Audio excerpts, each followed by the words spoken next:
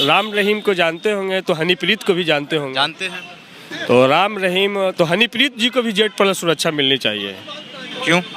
राम रहीम हनीप्रीत को अलग कैसे कर सकते हैं? कहना क्या चाहते हैं? हम कहना चाहते हैं Z+ से भी आगे की भी कोई सुरक्षा होगी तो हो सकता है भविष्य में उनको दिया जा सकता है। दलित को राष्ट्रपति बनाया है जी। किसी व्यक्ति को राष्ट्रपति नहीं बनाया है।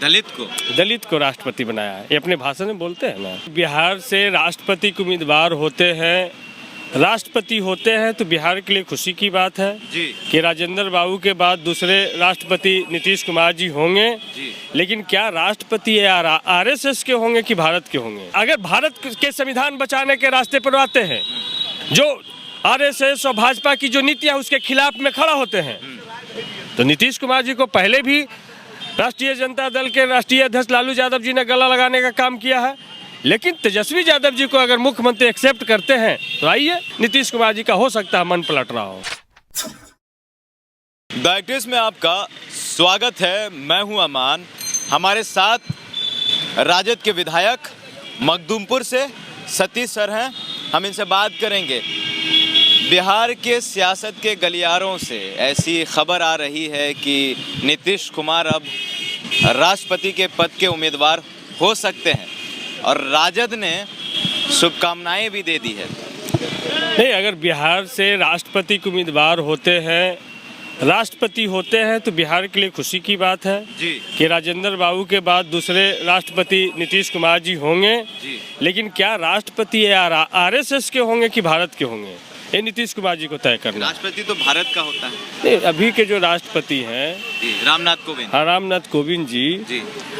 उनको आपने देखा है कि बार बार प्रधानमंत्री हो या भाजपा के अध्यक्ष हो, तमाम लोग कहते हैं कि हमने दलित को राष्ट्रपति बनाया है जी। किसी व्यक्ति को राष्ट्रपति नहीं बनाया है। दलित को राष्ट्रपति बनाया है। ये अपने भाषण में बोलते हैं ना।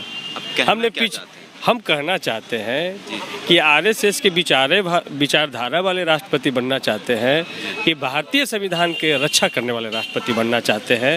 ये समय बताएगा। RSS का विचारधारा और भारतीय संविधान की रक्षा करने वाला अंतर क्या है? अंतर तो स्पष्ट रूप से आप जानते हैं।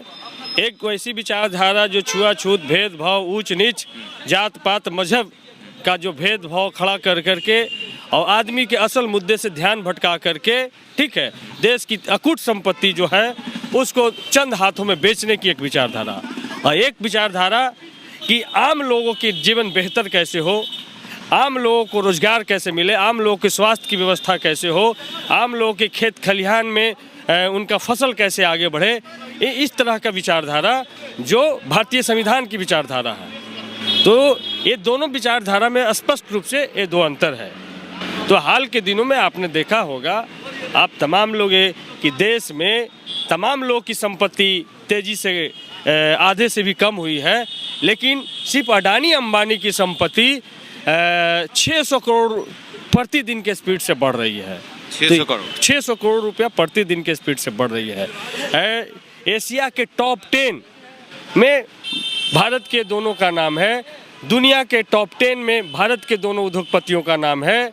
लेकिन आज पूरा भारत का 80% जनता कटोरा लेके खड़ा है, जिनको गला फाड़ फाड़ के नरेंद्र मोदी जी कहते हैं कि हम 5 किलो उनको अनाज दे रहे हैं। वो 5 किलो पे जिंदा है। 2 बार महीने में नहीं तो 5 किलो पे जिंदा है, जिनको आप 5 किलो पे जिंदा रखना चाहते हैं और एक को 5,000-6,000 करोड़ रुपया प्रतिदिन मुनाफा कमाना चाहते हैं। ये है अंतर भारत, दो तरह का भारत में। दूसरा सवाल ये है आपसे कि यूपी चुनाव के बाद ऐसी खबर आ रही है कि NDA का साथ छोड़ेंगे नीतीश कुमार, क्या राजद में मिलेंगे?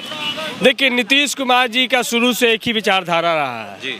वो डूबती हुई नैया पर उस पर सवार नहीं होना चाहते हैं। अच्छा। और भाजपा डूबती हुई नैया है। यूपी से शुरुआत हो गई है, बिहार से तो शुरुआत हो गई थी। दिल्ली के लोगों ने खदरा, झारखंड के लोगों ने खदरा, बिहार के लोगों ने खदे नहीं दिया था, लेकिन चोर दरवाजे से सरकार बनी। अब यूपी से भी खरीदाएंगे। जो 5 राज्य में जो चुनाव हो रहा है वहाँ से भाजपा RSS की विचारधारा पूरी तरीके से ध्वस्त हो रहा है। चाहे उनके बड़े नेता राजनाथ सिंह हो या फिर स्मृति ईरानी जी हों, या तमाम जो लोग बड़े नेता अमित शाह जी हों या योगी आदित्यनाथ जी हों, उनके सभा में कुर्सियां नहीं भर रही हैं, लोग नहीं आ रहे हैं। तो ये तिक्रम लगा रहे हैं कि चोर दरवाजे से वहाँ भी कैसे सरकार बन सके। लेकिन यूपी की जनता को हम सैल्यूट करते हैं, उनके तमाम तरह के चालाकबाजी पे इस बार ताला लगा करके अखिलेश यादव जी के नेतृत्व में सरकार बनने जा रही है। तो अब नीतीश कुमार जी कभी भी डूबती हुई नैया का सहारा नहीं चाहते हैं, ये जब कभी भी डूबती हुई नैया को बैसाखी नहीं बनाना चाहते हैं। तो इसलिए नीतीश कुमार जी का हो सकता है मन पलट रहा हो। मन पलट रहा, आप उनके मन को एक्सेप्ट करेंगे राजद इस बार? नहीं, हम अगर भारत के संविधान बचाने के रास्ते पर आते हैं, जो आरएसएस और भाजपा की जो नीतियां उसके खिलाफ में खड़ा होते हैं, तो नीतीश कुमार जी को पहले भी राष्ट्रीय जनता दल के राष्ट्रीय अध्यक्ष लालू यादव जी ने गला लगाने का काम किया है।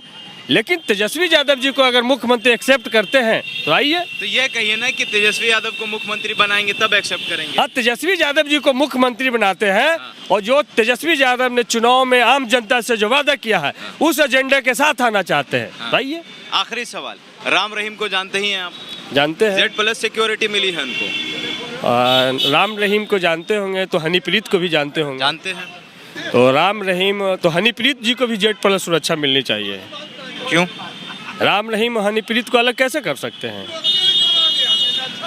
कहना क्या चाहते हैं? हम कहना चाहते हैं कि अब देश में यही बचा है कि लफंदरों को, जो लोग समाज में ऐसा कुकृत करते हैं जिससे जिनका नाम लेने से भी एक वातावरण दूषित हो जाता हो, ऐसे लोगों को ये सरकार Z+ सुरक्षा देना चाहती है।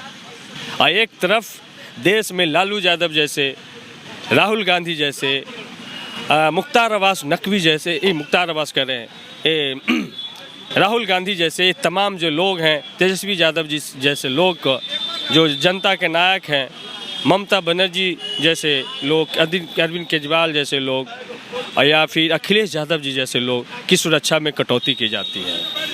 तो साफ साफ है, जो देश में व्यभिचारी है, जो देश में बलात्कारी है, जो देश में नफरत का वातावरण जितना बनाता है, उसके साथ ये सरकार खड़ा होती है। और उसको Z+ से भी आगे की भी कोई सुरक्षा होगी तो हो सकता है भविष्य में उनको दिया जा सकता है। चलिए, ये थे हमारे साथ मखदूमपुर के विधायक सतीश दास, और इनका कहना है कि अगर राष्ट्रपति के उम्मीदवार वो हैं तो ये भी नीतीश कुमार को शुभकामनाएं देते हैं। और अगर नीतीश कुमार यूपी का बीजेपी का साथ छोड़ के राजद में आना चाहते हैं, अगर वो तेजस्वी यादव को मुख्यमंत्री बनाना चाहते हैं, तब राजद नीतीश कुमार को कहीं ना कहीं एक्सेप्ट करेगी। अगर आप हमारे फेसबुक पेज पर हैं तो लाइक करिए, अगर आप हमारी यूट्यूब चैनल पर हैं तो सब्सक्राइब करिए। कैमरा पर्सन अपर्णा के साथ मैं हूं अमान, धन्यवाद।